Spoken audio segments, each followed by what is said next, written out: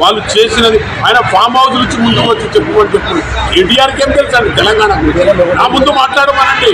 మా సీఎం గారు కాదు మా ముందు వచ్చి మాట్లాడమనండి కేటీఆర్ గారికి వారికి ఏం తెలుసు మేము ఇస్తున్నాం ఇవాళ బోనస్ ఇవాళ రైతులకు కలకలలాడుతున్నారు ఇవాళ మెస్ ఛార్జెస్ పిల్లలందరూ కూడా హాస్టల్ ఉన్న పిల్లలందరూ కూడా హ్యాపీగా ఉన్నారు ఇవాళ మేము బోనస్ ఇస్తే ఇవాళ కింటాకు దాదాపు 5 ఎకరాలు అయితే 55,000 60,000 వాళ్ళకి డబ్బులు పడుతున్నాయి వాళ్ళ అకౌంట్లో ఇమ్మీడియట్లీగా మేము కింటాకు 500 రూపాయలు బోనస్గా ఇస్తున్నాం కాబట్టి రైతులందరూ హ్యాపీగా ఉన్నారు మళ్ళీ 10 కిలోలు అంతకుముందు వాళ్ళు కటింగ్ పెట్టేవాళ్ళు ఆ 10 కిలోలు కూడా మేము ఇవాళ కటింగ్ పెట్టడం లేదు ఇవాళ రైతులు హ్యాపీగా ఉన్నారు విద్యార్థులు హ్యాపీగా ఉన్నారు ఎస్టీ ఎస్సీలు అందరూ కూడా హ్యాపీగా ఉన్నారు ఇవాళ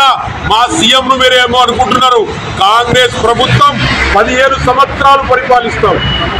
కాంగ్రెస్ ప్రభుత్వం 17 సంవత్సరాలు